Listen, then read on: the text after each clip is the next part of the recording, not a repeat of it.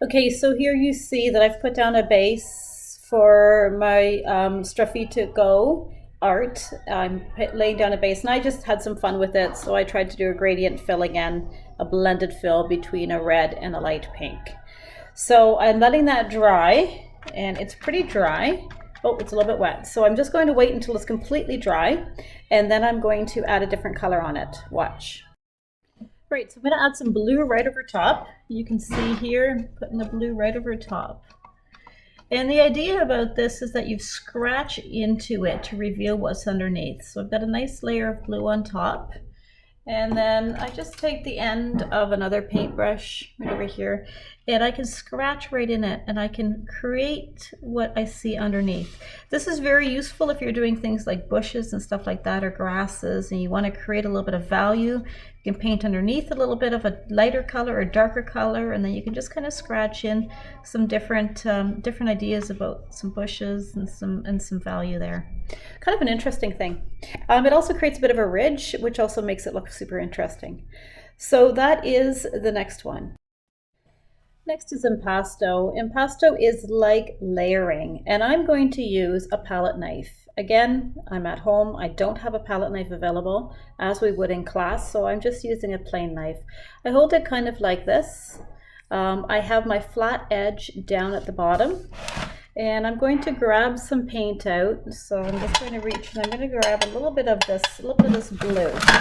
And I start to apply it and I just scrape it. And as I scrape it, I'm creating some interesting ridges and so forth. Again, you might want to check in your drawer. I'm noticing that my knife is not completely flat.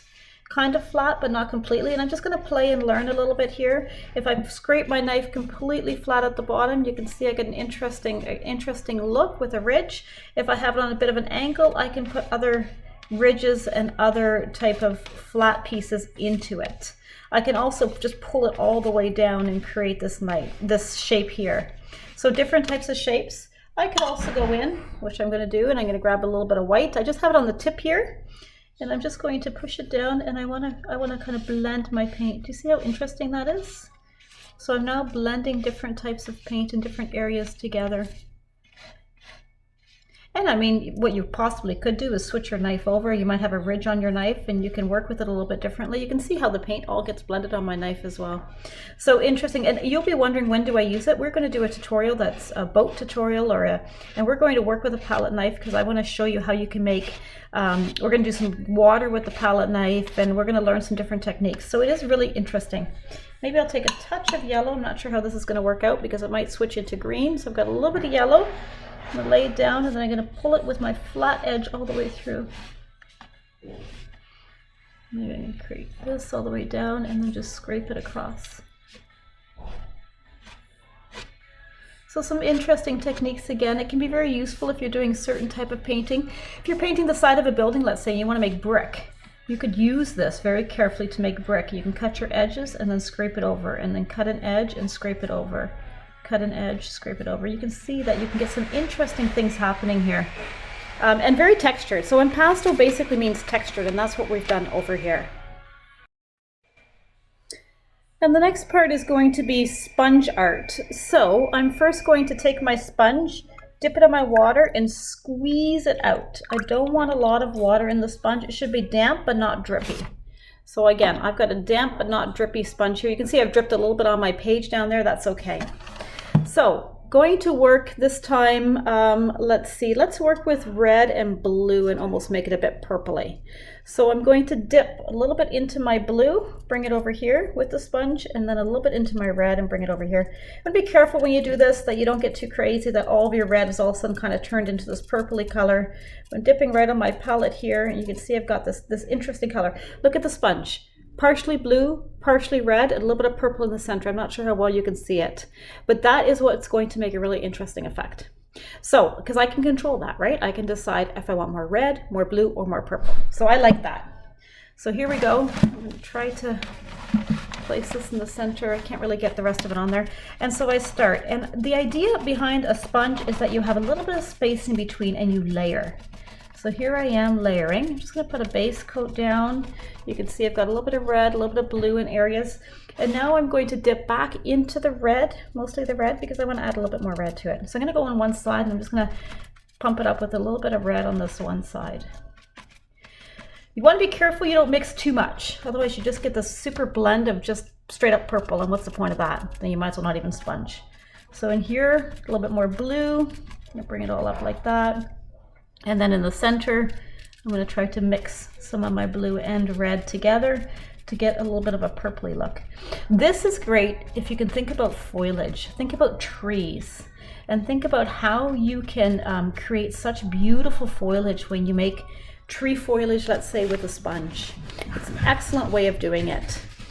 So that is kind of what my palette looks like now, and that's what I end up with. It looks very dark. It's a little bit of a dark space right now. It's hard to see. It's a cloudy day out today. In real life, it looks a lot more red and blue, a little bit of purpley mixed in. Not totally sure how I can show this to you better. Yeah, maybe it's just gonna, it is what it is. All right, so that's the next one.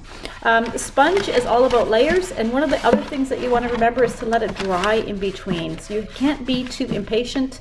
In the classroom, you might have seen that we've had some blow dryers in there. If you have a blow dryer at home, you want to blow it dry before you put your next layer on, you can totally do that. Okay, so that's the next thing. Again, here's my sponge. You can use also a regular kitchen sponge, those square ones. Try to cut it up into a smaller piece if your mom lets you.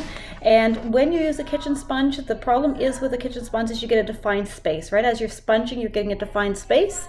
So you want to turn your sponge regularly. So you might, you know, go like this, then turn it like this, then turn it this way, then turn it like this, and keep turning it so you don't get any defined blocks of color. The next one is drips and masking. So I'm going to do two different things, and I'm going to prep this without video so you're not bored watching me prep this. First thing I'm going to do is create a night sky. It's going to be a light blue to a darker blue. And I'm also going to use some masking tape in there. I'll set it up and I'll show you what that looks like as I do it, but I won't tape the whole video. And then after that, I'm going to put some stars into the sky with my toothbrush. So basically going to put on some different light texture, and I'll show you that as well. So I got carried away and I forgot to put the masking tape down. So now I'm laying some masking tape down. You can see that I have it here. Just make sure it's down fairly solidly. And just for fun, I'm going to put some light colors on that. So getting my nice big paintbrush back again. I'm going to try to get some white with a little bit of blue. Make a nice light blue. Here you go. Look at what my palette's doing. It's all becoming all fun and colorful. All right. And I'm just going to nicely go over top of this. And then maybe I'll blend it through a little bit just so it looks somewhat interesting. Not sure how much I love that, but that's okay. It's just a sample. Let's add a little bit of blue back in the top there. There we go. And again, my paint is fairly dry at this point. It's a thicker paint, so I'm just going to dip it in a little bit of water. Let's see. Dip in the water a little bit. Brush out my brush so it's not drippy. And then go back across and just add a little bit of this. Blend this in a little bit better so it's not too drippy. There we go. Okay. So while the paint is still wet, you want to go back in there and pull up your pieces. And you can see that it leaves a pretty nice line, right? You might want to wait a little bit longer than I did because clearly I'm scratching into it a little bit. But it leaves a really interesting pattern. The next thing is taking your toothbrush. So again, make sure your toothbrush is wet. So dip the toothbrush into the water and just kind of, you can see I'm just making sure most of the water's out of it. I'm going to dab it on my paper towel and then I dip it into the paint, and I want to make sure that the paint is kind of wet. When I'm finished with that, shove this up into the camera a little bit better. I'm now going to try to put some of that onto my painting, and I'm just, you can see I'm taking my finger and I'm just moving it back and forth. Now the problem with this is the color is not a different color, so you can hardly see it. So I'm going to go back into other paint. And again, your paint should be a little bit wet. You might find it a little bit dry. This one is a bit dry, so I'm going to go back into the water. And this is something that you do have to do. You do have to play a little bit with it. If you are doing this on a good painting, I would highly recommend that before you do it on any kind of a painting, that you just practice on your newspaper a little bit to see what's happening. Oh, here we go. So you can see that I'm putting it down a lot of different colors. And I got some big blobs in there again. That's not really what you want. My paint's still wet, so I can go back and kind of work with it. I'm going for a sky, a nighttime sky, and I'm going for some stars. So traditionally this would be like a white star you'd put on a very dark background, and it does have a really great effect. So this could be where I've got the most of the star concentration. Pretend it's white and pretend it looks like it's supposed to look like. So again, but an interesting effect.